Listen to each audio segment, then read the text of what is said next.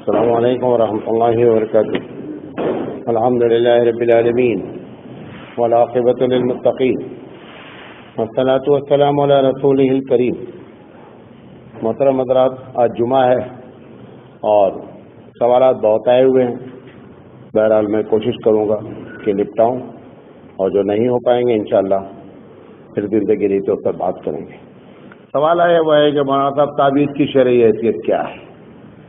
میں اس پر انشاءاللہ کل زندگی رہی تو 10 سے 15 منٹ کی ایک کلپ بنا کر کے بھیجنے والا ہوں تو پوری بات کلیئر ہو جائے، کیونکہ اگر ہم اس سوال میں لگیں گے تو پھر بہت سے سوال ہمارے کیا ہو جائیں گے، رک جائیں گے. انشاءاللہ زندگی رہی تو کل آپ کو جو ہے نا اس پر پوری ہم بات کریں گے 10 سے 15 منٹ کی تقریر پہ. ایک سوال بہت اچھا آیا ہوا ہے ہبلی سے. پوچھا گیا ہے کہ مولانا صاحب عوام کی ایک پرابلم ہے، اس کو آپ کسی طرح حل کریں. مسئلہ یہ ہے کہ ہم جب کسی بات کو کسی عالم سے پوچھتے ہیں تو وہ دلیل دے کر کے ایک بات ہم کو بتاتا ہے. پھر ہم وہی مسئلہ جب کسی دوسرے عالم سے پوچھتے ہیں تو وہ بھی دلیل دے کر کے وہ بات بتاتا ہے، اور دونوں آپس میں جو باتیں بتاتے ہیں دونوں ایک دوسرے کے خلاف ہوتا ہے، حالانکہ دلیل دونوں دیتے ہیں. اس میں عوام کیا کرے، اس بات کو سمجھنے کی کوشش کرے. سوال اچھا ہے. میں آج آپ کو ایک ترکیب بتاتا ہوں. یہ جو مولوی نے تم کو پھنسا رکھا ہے، تم مولوی کو پھنساؤ. یہ ایک طریقہ ہے. یہ جو سب سے پہلا سوال کیا گیا کہ میں کسی عالم سے ایک بات پوچھتا ہوں، اگر آپ کو اس عالم کے بارے میں یقین ہے دو چیزوں کا کہ یہ شرعی لحاظ سے اور قرآن حدیث، اس کی ظاہری زندگی ہم کو ایسی کوئی نظر نہیں آ رہی ہے کہ جو شریعت کے خلاف ہو. مثال کے طور پر نماز نہیں چھوڑتا ہے، لوگوں کے ساتھ بھلائی کرتا ہے، شہر کا ایک آدمی ہے، کوئی بھی عالم ہے، آپ کا اگر اس پر اعتماد ہے تو آپ اس کے پوچھنے کے بعد دوبارہ کسی سے پوچھتے کیوں ہیں؟ اس کا مطلب آپ خود چور ہیں کہ ہم کو کوئی ایسا مسئلہ ملنا چاہیے کہ جس سے ہماری بچت ہو جائے. لہذا اگر آپ کو یقین کامل ہے دو چیزوں کے بارے میں کہ یہ عالم ہے اور تقوی پرہیزگاری کے ساتھ قرآن حدیث سے بات کرتا ہے، تو آپ کو دوسرے کے پاس جانے کی کوئی ضرورت. اگر وہ غلط بھی بتا دیا تو آپ کی ذمہ داری ختم ہے. نمبر 1 تو یہ مشورہ ہے. نمبر 2، اور اگر ایسا ہو رہا ہے کہ آپ کو یہ معلوم ہو رہا ہے کہ ہم جس سے ربط میں ہیں جس عالم سے، اس سے ہم جب کسی مسئلے کو پوچھتے ہیں تو قرآن حدیث سے بتانے کے بجائے دو جواب دیتا ہے.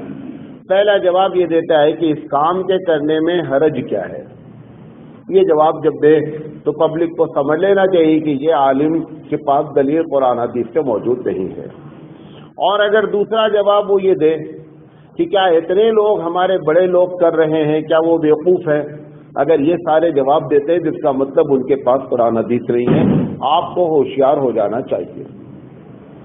تیسری شکل یہ ہے کہ کوئی بھی مسئلہ آپ اگر پوچھتے ہیں دو عالم سے تو اس کا مطلب آپ ذہین آدمی ہیں، خود کمپیئر کر کے بیٹھیں دعا کر کے کہ اے پروردگار عالم اور تعصب کے چشمے کو ہٹا دیں، جس سے آپ سے ریلیٹڈ ہیں وہ بات ہٹا دیں.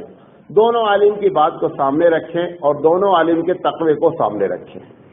اس کے بعد جو بات آپ کے سمجھ میں آ جائے آپ اس پر عمل کریں اور اپنے رب سے دعا کریں.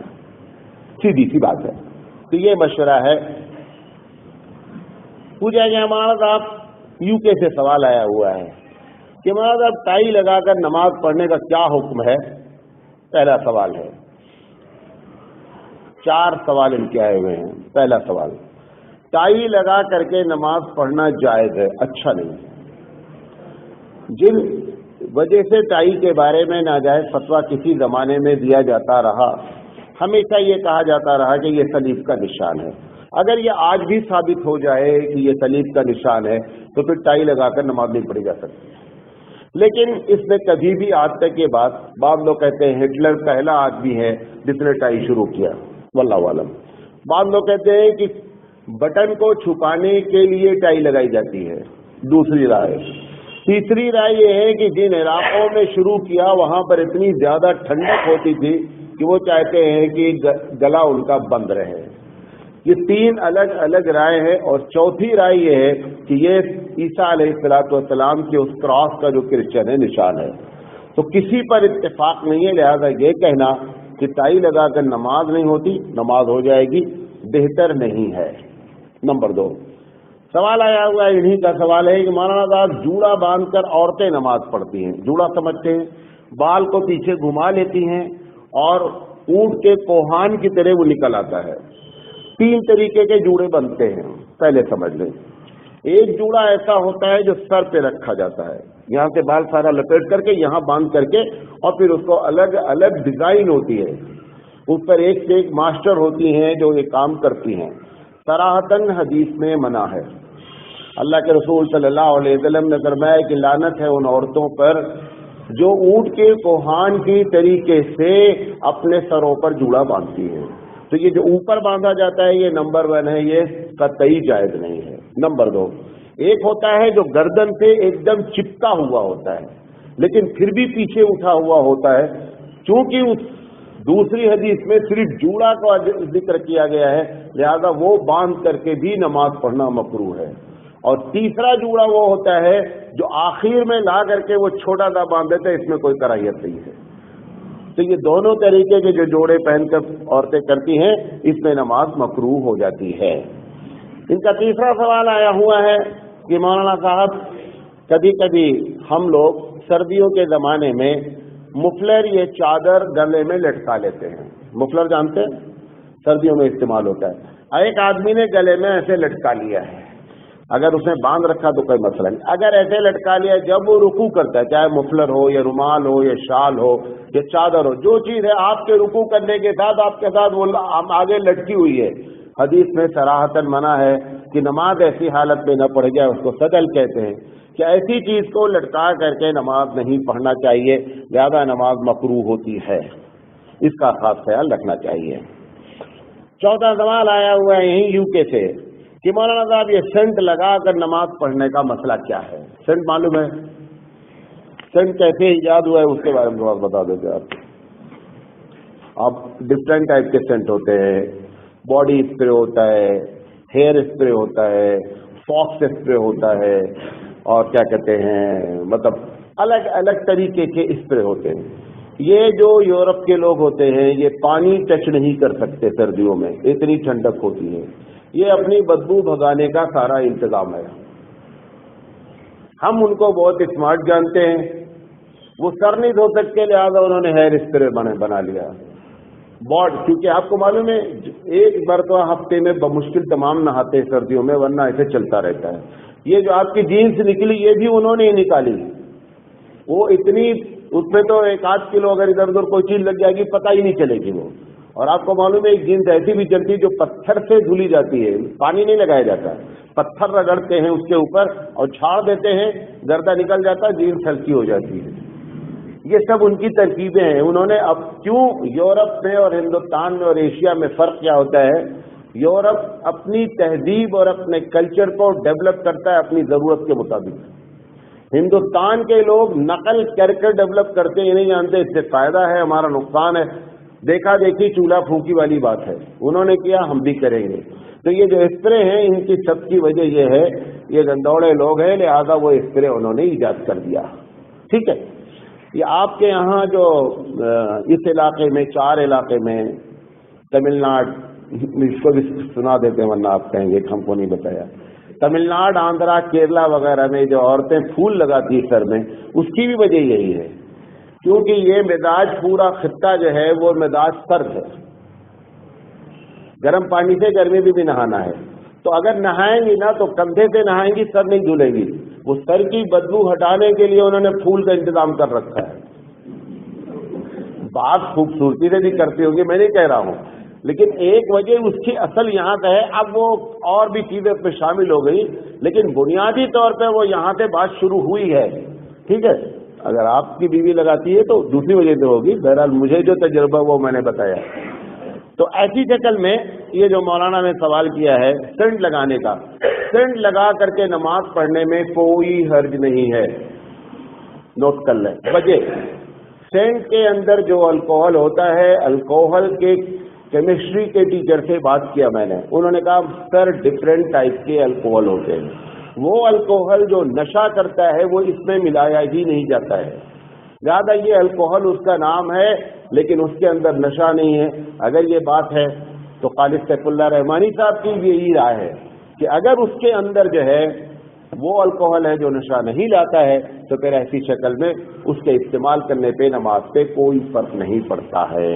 نمبر 2، جب وہ اسپرے مارا جاتا ہے اور الکوہل ہوتا ہے جو ٹھنڈا لگتا ہے، وہ جب مارتے ہیں آپ تو ہوا میں کیا ہوتا ہے، وہ اڑ جاتا ہے۔ اس کو رکھا اس لیے جاتا ہے تاکہ اس کے اندر اسپرے کی پوزیشن برقرار رہے۔ اگر اسپرے اس کے اندر نہیں ڈالا جائے گا تو جب آپ اس کو دبائیں گے تو اس کے اندر سے جو ہے نا وہ نکل نہیں پائے گا، وہ تو اس طرح کی شکل ہو جائے گی۔ لہذا اس وجہ سے وہ استعمال کیا جا سکتا، کوئی قباحت نہیں ہے، فضیلت بھی نہیں ہے۔ ایسا بول دے تو آپ کل سے شروع ہو جانی مولانا صاحب، فضیلت بھی کوئی نہیں ہے۔ پوچھیں گے مولانا صاحب یہ منہ مبارک کا کیا چکر ہے؟ دیکھیں یہ فارسی لفظ ہے اور ہندوستانی لوگ اس پر عمل کرتے ہیں۔ تو یہ بال، نبی کریم صلی اللہ علیہ وسلم نے زندگی میں کبھی بال منڈایا نہیں ہے، نوٹ کر لیں اس بات کو، سوائے حج اور عمرہ کے موقع پر۔ جو لوگ یہ سمجھ کر منڈاتے رہتے ہیں، بعض عالم بھی مٹاتے ہیں ان کو دیکھ کر اور وہ اپنے آپ کو سمجھتے ہیں میں بہت متقی پرہیزگار ہوں اور سنت پر عمل کر رہا ہوں، کوئی سنت بال منڈانے کے لیے۔ لیکن اگر وہ عالم یا عام آدمی اس وجہ سے بال برابر منڈاتا ہفتہ 10 دن میں کہ تاکہ کہیں بھی ہم کو جو ہے اگر ہم ناپاک ہوں تو ایسا نہ ہو کہ میرا بال سوکھا رہ جائے، اس وجہ سے بال ہی نہیں رکھیں گے، اگر اس وجہ سے کرتا ہے تو حضرت علی رضی اللہ تعالی عنہ کی سنت پر عمل کرتا ہے، اس کو ثواب ملے گا پھر، کیونکہ صحابی کا عمل ہے اور وہ بھی خلفائے راشدین کا اور وہ بھی حضرت علی رضی اللہ تعالیٰ عنہ کا۔ تو سنت نبی کی سمجھ کر نہیں، یہ سمجھ کر کے کہ بال اگر نہیں رہے گا تو ناپاکی کا مسئلہ نہیں ہوگا، تو گویا کہ وہ احتیاط اختیار کر رہا ہے، اس کو پھر جو ہے اس کے لیے بہتر ہے۔ لیکن ڈائریکٹ جو اپنے آپ کو وہ بڑا بندہ ہے کہ میں مڈاتا ہوں، بڑا متقی پرہیزگار ہوں، حضور سے زیادہ کوئی متقی نہیں۔ ایسے ہی موچ کے بارے میں بھی سمجھ لیجئے، موچ منڈانا بھی سنت نہیں ہے، آپ روز منڈاویں ہمیں کوئی فرق نہیں پڑتا ہے، سنت سمجھ کر کے موچ کو قطعی نہیں مڈائیں۔ حضور صلی اللہ علیہ وسلم نے کبھی زندگی میں ایسا نہیں ہوا کہ موچ مڈائی ہو، بلکہ ہمارے یہاں حناف کے نزدیک اور امام مالک رحمۃ اللہ تو بہت سخت ہے۔ امام مالک رحمۃ اللہ علیہ تو کہتے ہیں کہ موچ جس نے مڈائی اس نے مسلح کیا۔ مسلح کہتے ہیں ایسے قیدی کو جس کو مار دیا جائے اور مارنے کے بعد اس کی ناک کان کاٹ دی جائے، گویا اللہ نے ایک دینت دی تھی، تم نے اس کی ناک کان دینت کی کاٹ دی۔ یہ امام مالک رحمۃ اللہ علیہ فرماتے ہیں۔ ہمارے یہاں حناف کی جو پرانی کتابیں ہیں اس میں بھی مسئلہ جو ہے وہ مکروہ کا ہی لکھا ہوا ہے، چونکہ بعض اکابر نے شروع کر دیا اور ہمارے اندر اکابر پرستی کی بیماری ہے، لہذا ہم حضور کو پیچھے کر دیتے ہیں اور اکابر کو آگے کر دیتے ہیں۔ ایسا نہیں ہونا چاہیے۔ ہمارے نبی سب سے بڑے اکابرین کے اکابر، ان کے مقابلے میں یہ سمجھ کر فلاں بزرگ کر رہا ہے تو قطعی نہیں کرنا چاہیے۔ اب ایسے آپ کریں مجھے کوئی اعتراض نہیں، لیکن یہ سمجھ کر فلاں بزرگ کرتے ہیں، سب سے بڑے بزرگ کون ہیں؟ حبیب مصطفیٰ صلی اللہ علیہ وسلم، ان سے بڑا کوئی بزرگ ہے ہی نہیں، اور نہ کسی بزرگ کی پیروی کرنے میں ثواب ملتا ہے۔ ثواب ملتا ہے صرف اللہ کے رسول صلی اللہ علیہ وسلم کی بات ماننے پر اور صحابہ کی بات ماننے پر، کیونکہ صحابہ کے بارے میں ہم یہ سمجھتے ہیں کہ جو وہ کر رہے ہیں وہ حبیب مصطفیٰ کا ہی طریقہ ہے، لہذا پھر پلٹ کر بات کہاں جاتی ہے؟ حبیب مصطفیٰ کو جاتی ہے۔ بہرحال تو یہ منہ مبارک کا چکر کیا ہے؟ تو بیچ میں بات آ گئی نا۔ تو نبی کریم صلی اللہ علیہ وسلم نے جب حج کیا آخری، تو آپ صلی اللہ علیہ وسلم کے بال لمبے لمبے تھے۔ آپ صلی اللہ علیہ وسلم کے سامنے جب وہ حلاق آیا، حجام بھی کبھی کبھی ہم بول دیتے ہیں، حالانکہ عربی میں حجام کا لفظ جو ہے نا وہ پچھنا لگانے والے کے لیے استعمال ہوتا ہے، اور حلاق کا لفظ جو استعمال ہوتا ہے وہ نائی کے لیے استعمال ہوتا ہے، لیکن مکس اپ کر دیتے، بتا دیا ایک چھوٹی بات، طلبہ بھی بیٹھے ہوئے وہ بھی جانے۔ تو نبی کریم صلی اللہ علیہ وسلم نے اس حلاق سے کہا کہ آپ بال بنائیں، اس نے داہنی طرف سے شروع کیا۔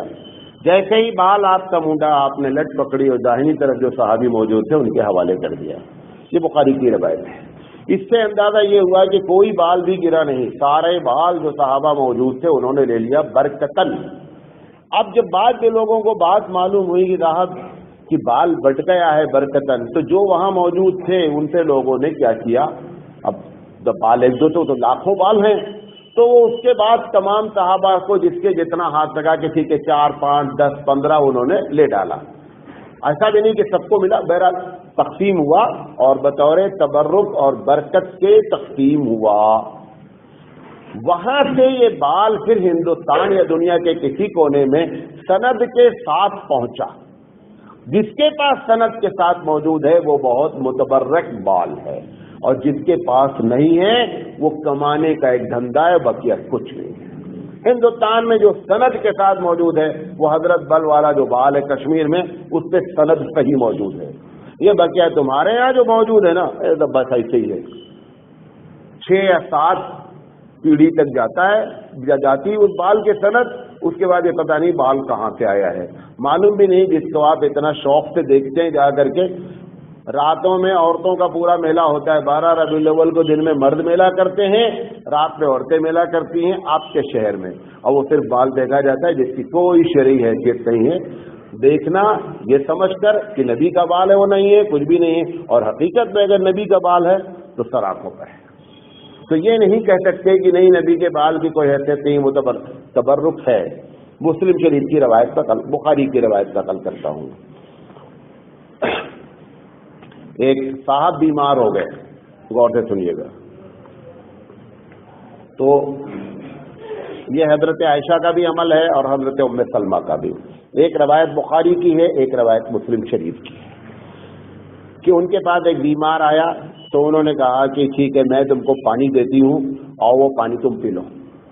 تو انہوں نے کیا کیا کہ ان کے پاس ایک نلکی تھی، نلکی جانتے ہیں جو کھوکھلی ہوتی ہے، بجاتے ہیں بچے سے، وہ نلکی چاندی کی تھی. اس چاندی کی نلکی میں چند بال رکھے ہوئے تھے. انہوں نے کہا یہ حبیب مصطفیٰ کے بال ہیں، اور انہوں نے کیا کیا، پانی نلکی میں ڈالا اور نیچے گلاس رکھ دیا، اور رکھنے کے بعد انہوں نے کہا کہ یہ پانی آپ پی لیں. تو نبی کریم صلی اللہ علیہ وسلم کی بال کی برکت سے انہوں نے علاج کیا. لہذا حبیب مصطفیٰ کی ایسی کوئی چیز ہے تو برکت والی ہے، یہ بتانا چاہتا ہوں. دوسری حدیث، یہ حدیث تو غالباً ام سلمہ کی ہے لیکن روایت بخاری کی ہے. دوسری حدیث جو حضرت عائشہ صدیقہ رضی اللہ تعالیٰ عنہ سے ہے اور مسلم شریف کی روایت ہے، یا بخاری، بہرحال صحیح حدیث ہے، مسلم یا بخاری میں سے کوئی ایک ہے. ان کے پاس ایک کرتا تھا جو نبی کریم صلی اللہ علیہ وسلم کا تھا. جب کوئی دادا بیمار ہوتا تھا تو آپ اس کرتے کو اوپر پانی ڈالتی تھی اور نچوڑ کر کے اس کرتے کا پانی پلا دیتی تھی. اس سے یہ معلوم ہوا کہ حبیب مصطفیٰ کے اگر بال ہیں تو متبرک ہے. بات سمجھ میں آ گئی؟ یہ اس کی حقیقت ہے، لیکن اس میں یہ معلوم ہونا بہت ضروری ہے. پوچھا گیا مولانا یہ اسلامی جو مہینے ہیں یہ کب سے شروع ہوئے ہیں؟ محرم، صفر، ربیع الاول. یہ آپ کو معلوم ہونا چاہیے اسلام نے اس کو مہینہ بنا لیا، یہ اسلامی مہینے نہیں ہے. نہیں سمجھے بات؟ یہ پہلے سے مہینے چلے آ رہے ہیں، 12 مہینے.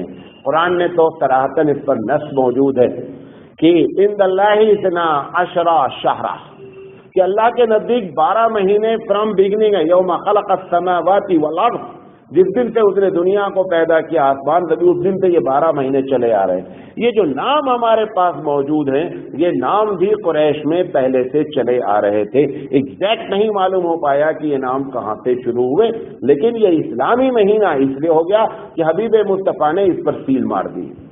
حبیب مصطفیٰ کا اپروول ہو گیا، اس بنیاد پر اس کو اسلامی مہینہ کہتے ہیں. ادروائز یہ مہینے پہلے سے موجود ہیں. دوسرا سوال امین صاحب کا آیا ہوا ہے کہ مولانا یہ اذان جو دیتے ہیں خطبہ کی، تو کیا ضروری ہے کہ ممبر کے سامنے کھڑے ہو کر دیا جائے؟ 2 طریقے سے اذان ہوتی نا، ایک باہر سے دیتے ہیں جب خطبہ شروع کرتے ہیں، ایک دونوں کی اپنی اپنی دلیلیں ہیں اور دونوں کی دلیلیں صحیح ہیں. اگر کوئی آدمی باہر سے دیتا ہے تو جو قریب والا ہے اس کو اس پر کمنٹ نہیں کرنا چاہیے، اور جو قریب دے رہا ہے وہ بھی تعویل کر رہا ہے اس پر بھی کمنٹ نہیں کرنا چاہیے. یہ ایشو بنانے لائق کوئی مسئلہ نہیں ہے. لیکن حبیب مصطفیٰ کے زمانے میں وہ اندر سے نہیں ہوتی تھی. آپ نے مولانا یہ بھی اتنے تم نے جملہ بول کر کے خراب کر دیا نا. دیکھیں میں جب سوال جواب دیتا ہوں تو جو میری سمجھ میں قرآن حدیث ہوتی ہے. کیوں؟ اللہ کے رسول صلی اللہ علیہ وسلم کے زمانے میں پہلی اذان تھی ہی نہیں. جو آج ہمارے پاس ہوتی ہے وہ اذان حضور کے زمانے میں نہیں تھی. دوسری ہی اذان تھی. یقینی بات ہے وہ دوسری اذان کہاں سے دی جائے گی؟ باہر سے دی جائے گی. تو جو لوگ باہر سے دے رہے ہیں وہ یہ دلیل پکڑتے ہیں، تو آپ ان کو غلط قطعی نہیں کہہ سکتے. اور جو لوگ اندر سے دے رہے وہ کہتے ہیں کہ چونکہ مقصد اندر والوں کو اطلاع کرنا ہے لہذا اندر، تو یہ مقصد پر عمل کرتے ہیں، وہ ظاہر پر عمل کرتے ہیں. صحیح دونوں ہیں. اور ایسا ہو جاتا ہے کہ دونوں صحیح ہو جاتے ہیں. ایک حدیث نقل کرتا ہوں. اللہ کے رسول صلی اللہ علیہ وسلم نے ایک مرتبہ ایک معاملے میں جنگ ہو رہی تھی. اللہ کے رسول صلی اللہ علیہ وسلم لباس پہنے ہوئے تھے, تو یہ ہوا کہ جنگ ختم ہو گئی. جبریل علیہ السلام آئے, حضور صلی اللہ علیہ وسلم جو جنگی لباس سے اتارنے جا رہے تھے. جبریل علیہ السلام آئے, کہا کہ اللہ کے رسول ابھی لباس نہیں اتاری ہے, یہودیوں سے نپٹ لیجیے, ان کی شرارت بہت زیادہ ہو گئی ہے, ابھی فریش نہیں ہوئی ہے, نہائیے دھوئیے نہیں, ابھی نپٹ لیجیے. حضور صلی اللہ علیہ وسلم نے فوراً صحابہ کو گیدر کیا, اکٹھا کیا اور کہا بھائی ایسا ہے کہ چلو بنو قریظہ کے اوپر جو ہے وہ ان کا معاملہ ختم کریں گے. ان کی وہ لمبی چوڑی بات ہے. جب جانے لگے تو انہوں نے کہا دیکھو جلدی کرو, اور کوئی بھی آدمی راستے میں نماز نہیں پڑھے, اثر کی چل کے وہاں پڑھیں گے نماز. نکلے, قافلہ نکلا, مجاہدین نکلے. بیچ میں کچھ لوگوں کو محسوس ہوا کہ اگر نماز نہیں پڑھی جائے گی تو نماز چھوٹ جائے گی. لہذا ایک گروہ نے کیا کیا, نماز راستے میں پڑھ لی اور سفر جاری رکھا. دوسرے نے کہا میں وہاں پہنچ کر ہی نماز پڑھوں گا, کیونکہ حبیب مصطفیٰ نے فرمایا کہ وہیں پہنچ کر نماز. وہاں پہنچتے پہنچتے نماز کا وقت کیا ہو گیا, ختم ہو گیا. اب ایک دوسرے کو دونوں نے کہا کہ تم غلط. انہوں نے کہا لمبی چوڑی بات کر رہے, حضور سے مسئلہ پوچھو, ختم کرو کہانی. اللہ کے رسول صلی اللہ علیہ وسلم کے پاس آئے, انہوں نے پوچھا ایسی سی بات ہے. حضور نے فرمایا جس نے راستے میں نماز پڑھی اس نے میرے مقصد کو سمجھا. میں کہتا تھا جلدی کیا جائے, لیٹ نہیں کیا جائے. اور جس نے جا کر کے وہاں پڑھی اس نے ہماری ظاہری بات پر عمل کیا, گنہگار وہ بھی نہیں ہوا. وہاں لفظ یہ استعمال کیا, مقصد والے کو اپریشیٹ کیا. اس بنیاد پر علماء دیوبند یہ کہتے ہیں کہ مقصد یہ ہے کہ اندر والوں کو اطلاع دیں, لہذا یہاں جو قریب سے دی جاتی ہے اس میں مقصد ہے, اور حبیب مصطفیٰ کو مقصد زیادہ پسند ہے. بات سمجھ میں آ گئی؟ آپ وجہ سے پھنسا دیا, ایسے نہیں پھنساتے ہیں. تراویح کے بارے میں پوچھا یہ مناظر, تراویح سنت ہے یا نفل؟ دیکھیں یہ اردو والوں کی پرابلم ہے. یہ نفل ہے, یہ سنت ہے, یہ ساری چیزیں اردو والوں کے. حدیث میں دو ہی چیزیں, ایک چیز فرض ہے, ایک چیز سنت ہے. تراویح بھی سنت ہے, تہجد بھی سنت ہے. ہم کبھی کبھی تقریروں میں بول دیں یا لکھ دیں کہ تہجد نفل ہے, نفل کا مطلب بھی وہی ہوتا ہے, اس میں کوئی خاص فرق نہیں ہوتا ہے. واللہ اعلم. کوئی بھائی پریشان ہے, انہوں نے پوچھا میری بہن کا نکاح ہونے کے بعد کچھ مہینے ہیں ہی رہے اور اس میں طلاق ہو گیا, 4 سال سے میری بہن گھر میں ہے, تو اس صورت میں ہمیں کیا کرنا چاہیے؟ بہن, جب کسی کی بہن ایسی ہو جائے تو لازم ہے کہ جو اس کے بڑے بھائی یا والد ہیں ان کے اوپر اس کا نان نفقہ خرچہ ویسے ہی واجب ہے جیسے کہ شوہر کے اوپر واجب تھا. نمبر 1, بیوہ کو گھر میں بیٹھانے کا پروگرام کرنے کے بجائے جلدی سے جلدی اس کی شادی کرنے کی فکر کرنی چاہیے. بیوہ کی شادی کو گھر میں روکنا یا یہ سمجھنا کہ جو ہے یہ منحوس لڑکی آ گئی ہے, یہ ساری باتیں غلط ہے. یہ سب اللہ کی جانب سے ہوتا ہے. صبر سے کام لیں, دعا کریں, انشاءاللہ اللہ تعالیٰ اچھا رشتہ عنایت فرمائے گا. پوچھا گیا اگر کوئی سجدے والی آیت تلاوت کر رہا تھا اور سننے والے کو معلوم نہیں کہ سجدے کی آیت ہے تو کیا سننے والے پر سجدہ واجب ہوگا؟ جب باوجود سننے والے کو معلوم ہی نہیں ہوا آیت ہے تو واجب کیسے ہو جائے گا؟ نہیں سمجھے بات. میں نے آیت پڑھی سجدے کی, مجھے معلوم ہے کہ یہ آیت سجدے کی, آپ کو یہ معلوم ہی نہیں ہوا کہ آپ مولانا صاحب سجدے کی آیت پڑھ رہے ہیں, تو ہوتا کیا ہے, سننے والے پر بھی واجب ہوتا ہے, پڑھنے والے پر بھی واجب. سننے والے کو معلوم ہی نہیں ہوا تو کچھ بھی نہیں ہوا. اس لیے اگر ایسی محفلوں میں کبھی ہو جائے تو بتا دینا چاہیے کہ بھائی میں نے یہ آیت سجدے کی پڑھی ہے, کیونکہ فتویٰ اس پر ہے کہ جب تک پڑھنے والے پر سجدہ واجب نہیں ہوتا تب تک سننے والے پر سجدہ واجب نہیں ہوتا. لیکن ایسا نہیں کہ سننے والے پر جب تک نہیں ہوتا تب تک پڑھنے والے پر نہیں ہوتا. بات سمجھے دونوں میں فرق. ایک پرندے کو کسی نے سکھا دیا وسجد واقترب, سجدہ کر لیجیے گا, اس پرندے کو سکھلا دیا. اب وہ جب بھی جس کو دیکھے وہی جملہ بولنا شروع کرے, وسجد واقترب وسجد واقترب. یہ جتنی مرتبہ میں پڑھوں گا ایک ہی واجب ہوگا, یہ بھی سمجھ رہے ہیں. یہ جان بوجھ کر کیا تاکہ آپ کو مسئلہ بھی معلوم ہو جائے. ایک محفل میں اگر ایسے ریپیٹ کیا جا رہا ہے تو ایک ہی سجدہ. اب وہ جو پڑھ رہا ہے پرندہ, طوطا, مینا, جو بھی جس کو سکھایا گیا, اس کے اوپر سجدہ واجب ہے نہیں, زیادہ سننے والے پر بھی واجب نہیں. یا ٹی وی میں آیت آ گئی یا آپ کے موبائل میں بہت دنیا بھر کی چیزیں ڈیجیٹل ہو سکتی ہیں, اس کے اوپر واجب ہے نہیں, زیادہ سننے والے پر بھی واجب نہیں ہوتا. سمجھ میں آ گئی بات؟ چلو ساری باتیں ہو گئی. پوچھا جا رہا ہے لڑکی بلا وجہ لڑکے سے خلا مانگ رہی ہے تو شرعن کیا حکم ہے؟ شرعن یہ حکم ہے کہ اگر وہ دے دے گا خلا تو خلا ہو جائے گی. تو یہ مانگ رہی ہے اور آپ یقینی بات ہے جب مانگ رہی ہے تو اب اس کا مطلب کہ اب جو دن آنے والے ہیں وہ کرکری کے ساتھ گزرنے والے ہیں. تو دونوں السلام علیکم، اللہ تمہارے لیے بھی دعا کریں کہ اللہ تمہارے لیے بھی بہتر فرمائے، ان کے لیے بھی کرکر کر کے شادی رکھنا. قرآن مجید کیا ہے لتسکنوا الیہا، تاکہ تم سکون حاصل کرو. اگر کرکری شروع ہو گئی ہے تو اٹ مینس اللہ کی نگاہ میں نکاح فیل ہو گیا ہے. اب آپ کرکر کے ساتھ نہیں رہیں بلکہ بہتر ہے اس کو چھوڑ دیں، آپ کو اللہ دوسرا انتظام کرے گا، اس کا بھی دوں. پوچھیں گے مولانا خلا کا طریقہ کیا ہے؟ دے کے چھوڑنا ہے. اتنے سوالات آئے ہیں یہ تو لینا ہی لینا ہے. طریقہ اس کا یہ ہے کہ بیوی شوہر سے کہے کہ مجھے چھوڑ دیں. شوہر یہ ڈیمانڈ کر سکتا ہے کہ بیگم میں آپ کو چھوڑ تو دوں گا لیکن مہر میری واپس ملنی چاہیے. حالانکہ مہر تو اس نے گفٹ دی ہے اور گفٹ کے بارے میں اس کے آپ کو بتا دیا واپس نہیں لے سکتی. یہ جو واپس نہیں جا رہی ہے اس میں بہت بڑی مصلحت ہے. اگر یہ بات ہو جائے کہ عورت خلا لے گی اور مہر واپس نہیں لے گی تو وہ مہر کا بزنس کر لے گی. آج آپ سے لیا 50,000، دن میں کہہ رہے میں مجھے نہیں لینا، اب 50,000 مار دیا اس نے. 4 مہینے عدت گزر گئی، دوسرے سے کیا، پھر 2 لاکھ روپے وہاں سے مہر لیا، تو مہر کا دھندا کرے گی یہ. اللہ یہی قانون ہے اللہ کا کہ انسان کتنا بھی ہوتا تو اس بات کو وہ یہی کہتا ہے کہ بھائی دے دیا چھوڑو، یہ بزنس بن جاتا. جیسا کہ ہمارے یہاں متا حرام کیا گیا، اہل سنت والجماعت کہتے ہیں متا حرام ہے. متا جانتے ہیں؟ شادی کے وقت پر طلاق کی ڈیٹ بھی لکھ دی جائے کہ میں 1 ہفتے کے لیے شادی کر رہا ہوں اور 12 جنوری کو ہمارا تمہارا طلاق ہو جائے گا، ختم کہانی.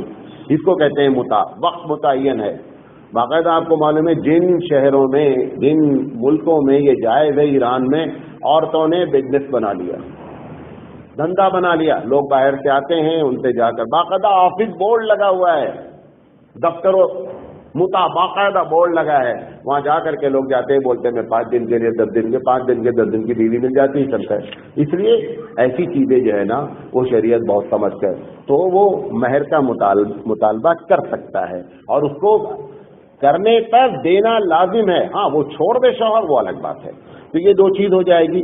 اسی محفل میں جس میں بات ہوئی اگر شوہر نے قبول کر لیا کہ ٹھیک ہے صاحب تو اس کا مطلب نکاح ہو گیا، اور اگر محفل ختم ہو گئی تو اس کا مطلب جو بات آئی گئی تھی آئی گئی ہو گئی، کچھ بھی نہیں ہوا. لہٰذا اس کو فائنل کرنا چاہیے. افریقہ سے سوال آیا ہوا. آپ کو معلوم ہے یہ وہ دیش ہیں افریقہ وغیرہ کہ ان کے یہاں نماز پڑھنے کا جو کپڑا ہے وہ الول جلول ٹائپ ہوتا ہے، عجیب و غریب ہوتا ہے. کبھی کبھی وہ لوگ عرب دنیا میں بھی نماز پڑھنے آتے ہیں تو پوچھا گیا ہے کہ لنگی کے اوپر شرٹ پہن کر نماز پڑھنے کا کیا حکم ہے. یہ بات سمجھ لے پوری. یہ جو چھوٹا کپڑا پہن کر نماز پڑھی جاتی ہے وہ چاہے شرٹ ہو، چاہے کرتا ہو، چاہے کیا کہتے ہیں جو پینٹ شرٹ پہنتے، کوئی بھی ہو، اس مسئلے کو بہت واضح انداز میں سمجھ لیں. اگر رکوع کرتے وقت پیچھے سے سطر کی حیت معلوم ہو رہی ہے، یہ سطر کھل گیا، نماز نہیں ہوتی ہے. اتنا لمبا کرتا رہے، سب سے بہترین اسٹائل میں نے دیکھا ملیشیا والوں کی، شرٹ پینٹ پہنے ہوئے ہیں، بیگ میں انہوں نے لنگی رکھ رکھی ہے. جیسے مسجد میں داخل ہوئے انہوں نے کھٹ سے شرٹ کے اوپر لنگی باندھی، پینٹ بھی پہنے ہوئے، لنگی باندھی، نماز پڑھ لی، معاملہ ختم. بسم اللہ الرحمن الرحیم. ایک بچے کو میں نے یہاں دیکھا نہرو کالج کے، مجھے بہت خوشی ہو، آتا ہے ہمارے یہاں بچہ، وہ اس نے ان شرٹ کرتا ہے وہ کرتا کرنا چاہیے، ان کرتا. اب ان شرٹ کیسے بولیں، وہ تو کرتا ہے. ان کرتا کرتا ہے اور گھٹنے تک کرتا ہے. وہ جیسے ہی ہمارے یہاں نماز میں آتا ہے وہ کھول دیتا ہے، گھٹنے تک گھٹتا موجود ہے، نماز پڑھ لیتا ہے. اب وہ رکوع اگر کر بھی رہا ہے، سجدہ کر بھی رہا ہے تو پیچھے سے سطر کی حیت نظر نہیں آتی. اور اگر سطر کی حیت نظر آ رہی ہے، اتنا ٹائٹ پینٹ ہے یا لنگی ہے، تو پھر ایسی شکل میں یہ سطر کھلا ہوا ہے. اب یہ ہر آدمی کی الگ الگ سچویشن ہے، اس پر غور کر لے. میں لنگی شرٹ یا کیا کہتے ہیں ٹی شرٹ یا ان شرٹ کی کوئی بات کے بجائے یہ بات ہے. پوچھا گیا ہے خلا، پھر آگے خلا کس کی طرف سے ہوتا ہے اور ادا کردہ مہر کا کیا حکم ہے.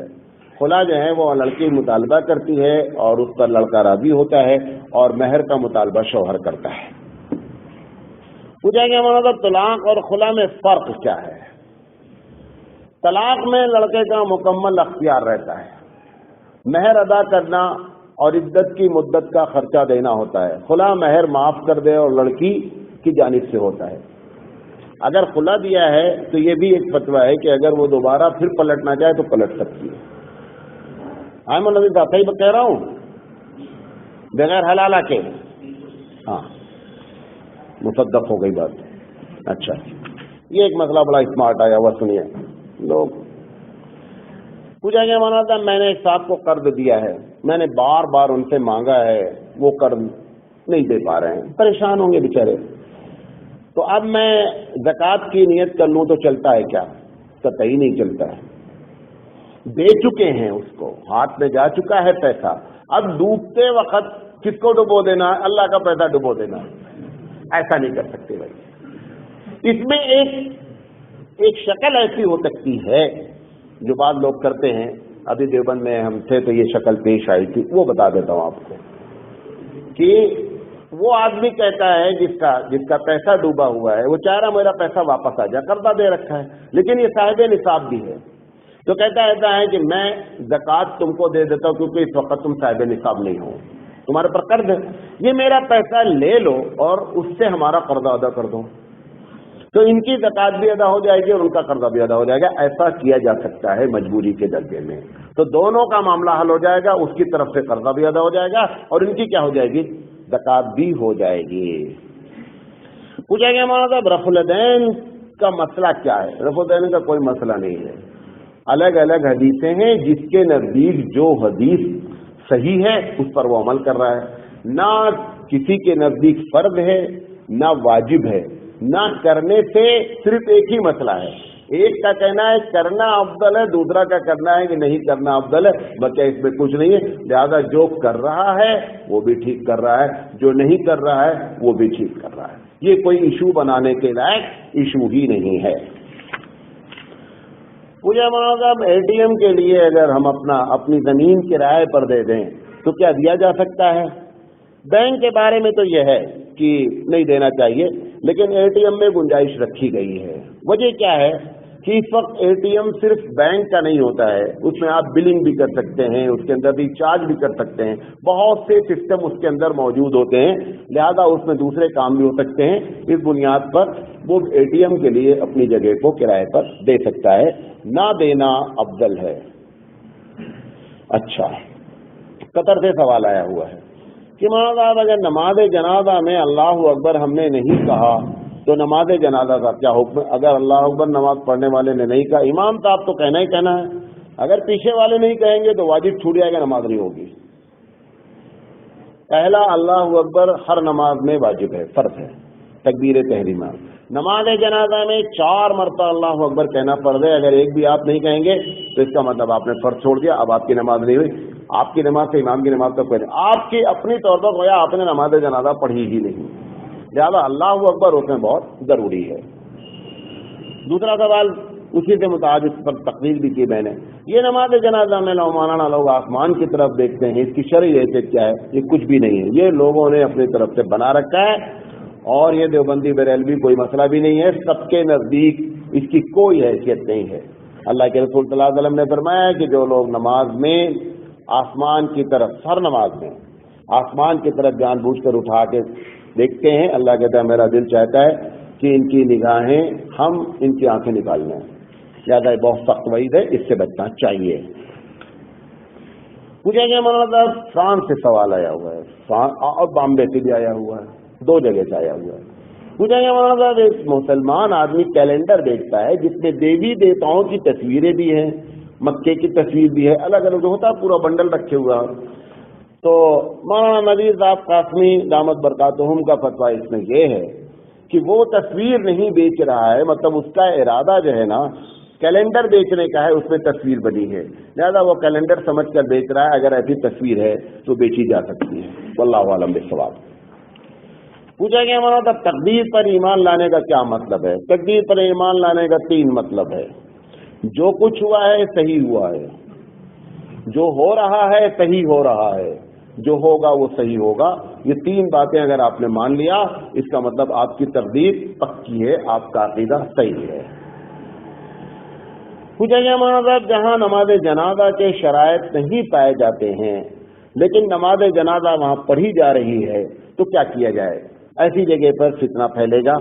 وہاں پر یہ فتویٰ جا کر کے دینا، کیونکہ نئے نئے جب فارغ ہو کر آتے ہیں نا تو ایک دم تازہ تازہ رہتا ہے، تو وہ جا کر کے ایسے ایشو اٹھاتے ہیں. کیا تم لوگ اتنے دن سے؟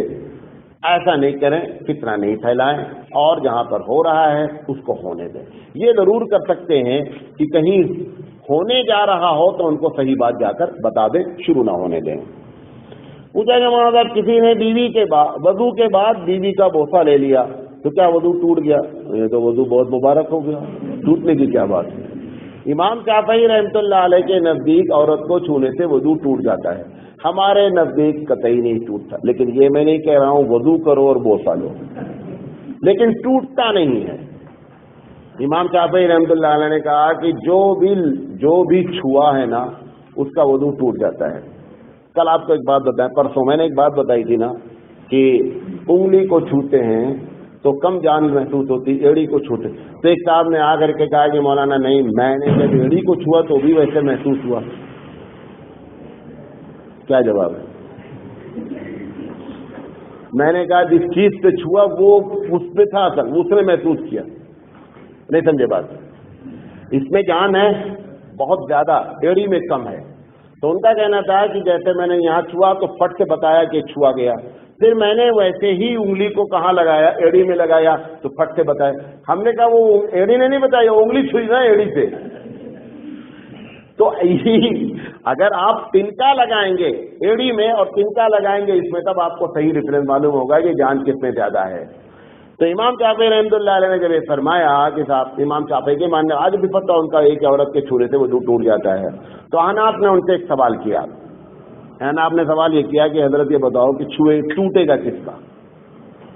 بھائی جب ہم نے اس کو چھوا اور اس سے، تو دونوں نے ایک دوسرے کو چھوا نا، انہوں نے کہا چھوئے گا، ٹوٹے گا کس کا؟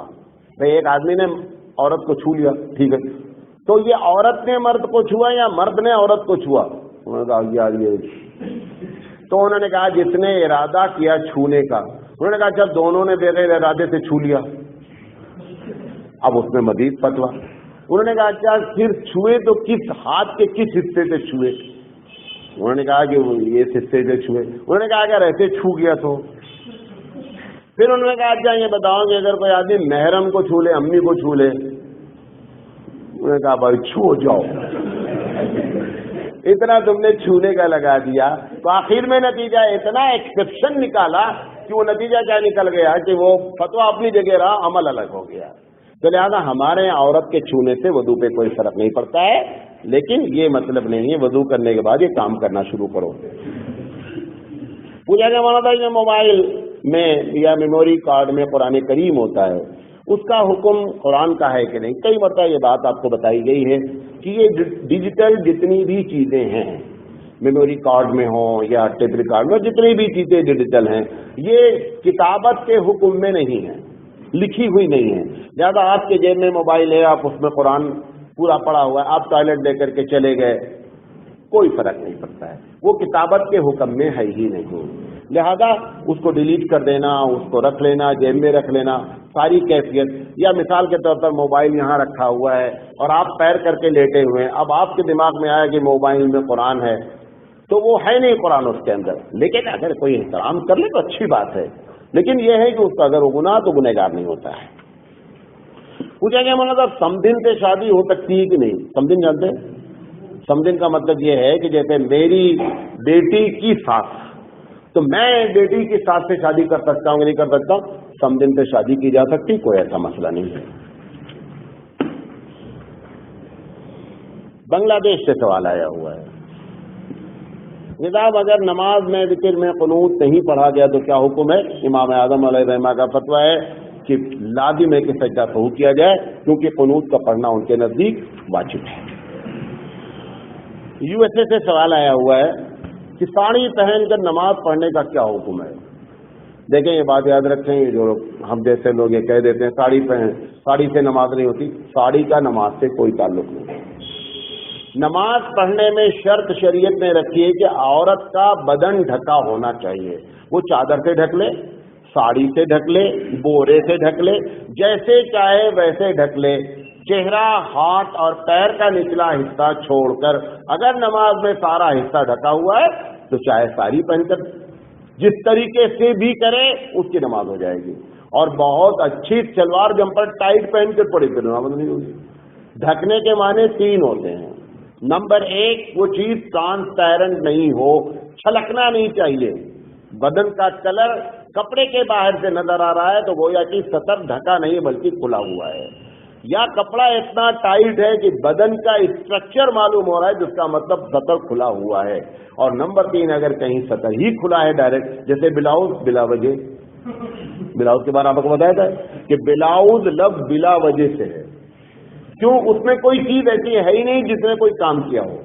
ٹائٹ اپنی جگہ، ٹرانسپیرنٹ اپنی جگہ، کھلا اپنی. 3 کی تینوں حرمت کی وجہ اس کے اندر موجود ہے، لہذا اس کا نام اسی رکھا گیا ہے بلا وجہ. تو ساڑی کا حکم نماز پڑھنے سے نہیں ہے. بدن ڈھکا ہے تو ساڑی پہن کر پڑھو، کچھ بھی پڑھو، نماز ہو جائے گی.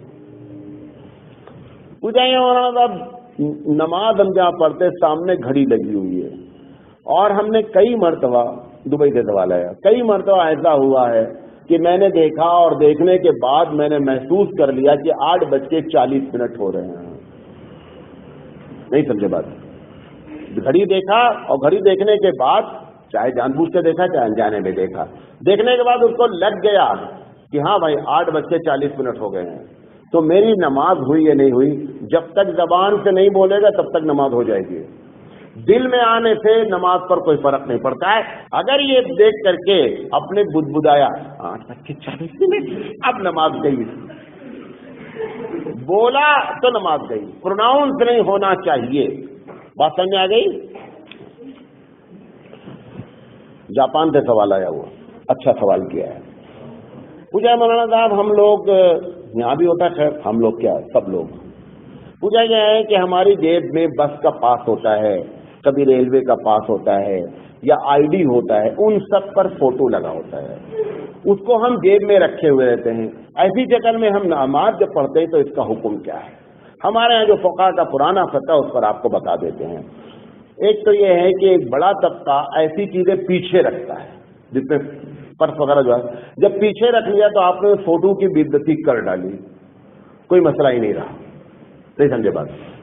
فوٹو جو منع ہے وہ احترام کے لیے منع ہے، وہ تو آپ نے کیا نہیں، اس کو اٹھا کر کے ایسی جگہ رکھ دیا کہ وہاں احترام تو کیا نہیں جاتا ہے.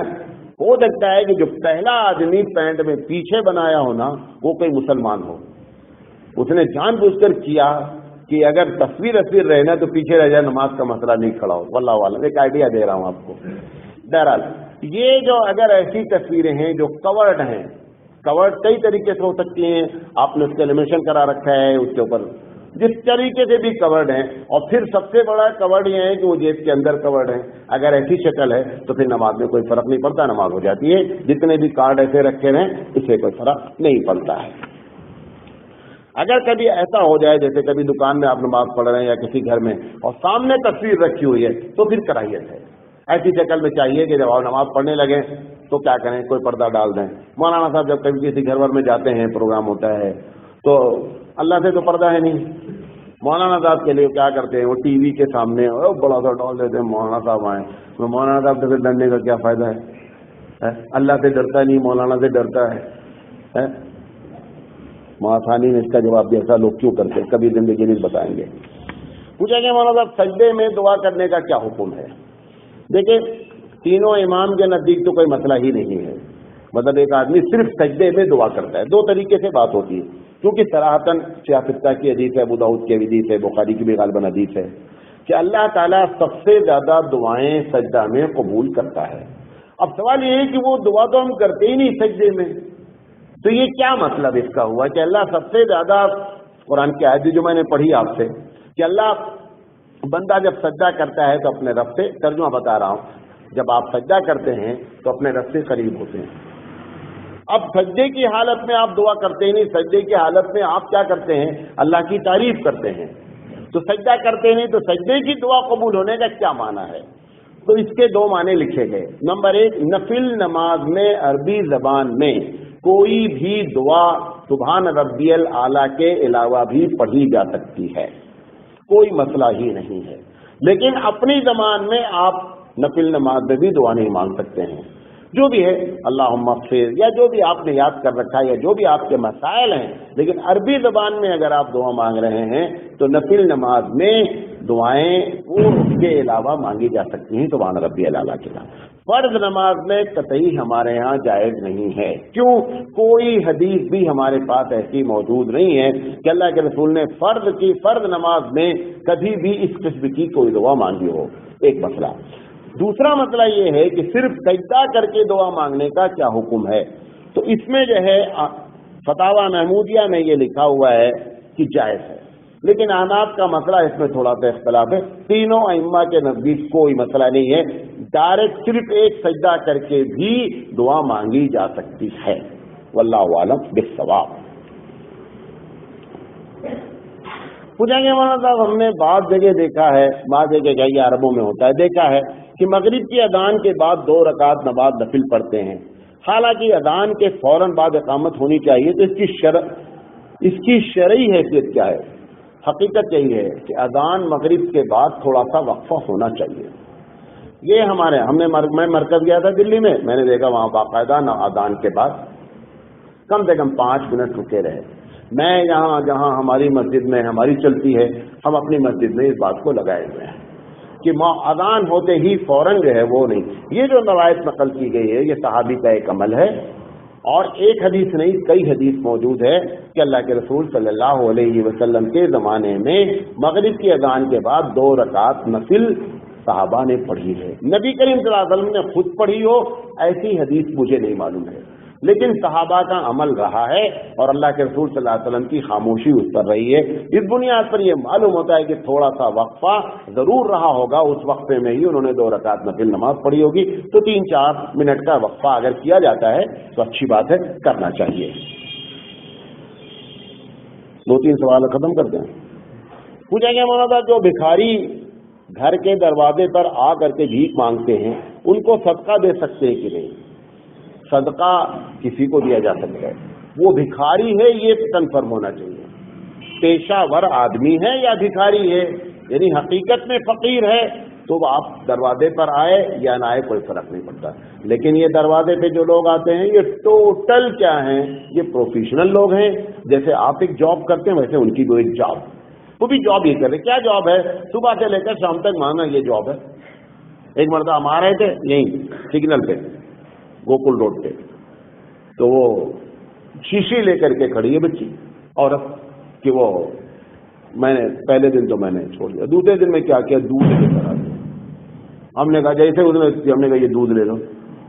اب وہ دودھ تو لینا وہ تو دودھ کے ذریعے مانگے. سب پروفیشنل لوگ ہیں، اور ایسے لوگوں کو دینے کا مطلب یہ ہوتا ہے کہ آپ بتا رہے ہیں کہ آپ بھکاری زندگی پر رہیے، آپ کوآپریٹ کر رہے ہیں بھکاری بننے کے لیے، لہذا پیسہ صدقہ ہو زکات ہو ایسی جگہ دیا جائے جب آپ کو یقین ہو جائے. لہذا گھر پہ آیا ہے اس کے باوجود آپ کو معلوم ہے کہ صحیح میں فقیر ہے تو صدقہ دیا جا سکتا ہے.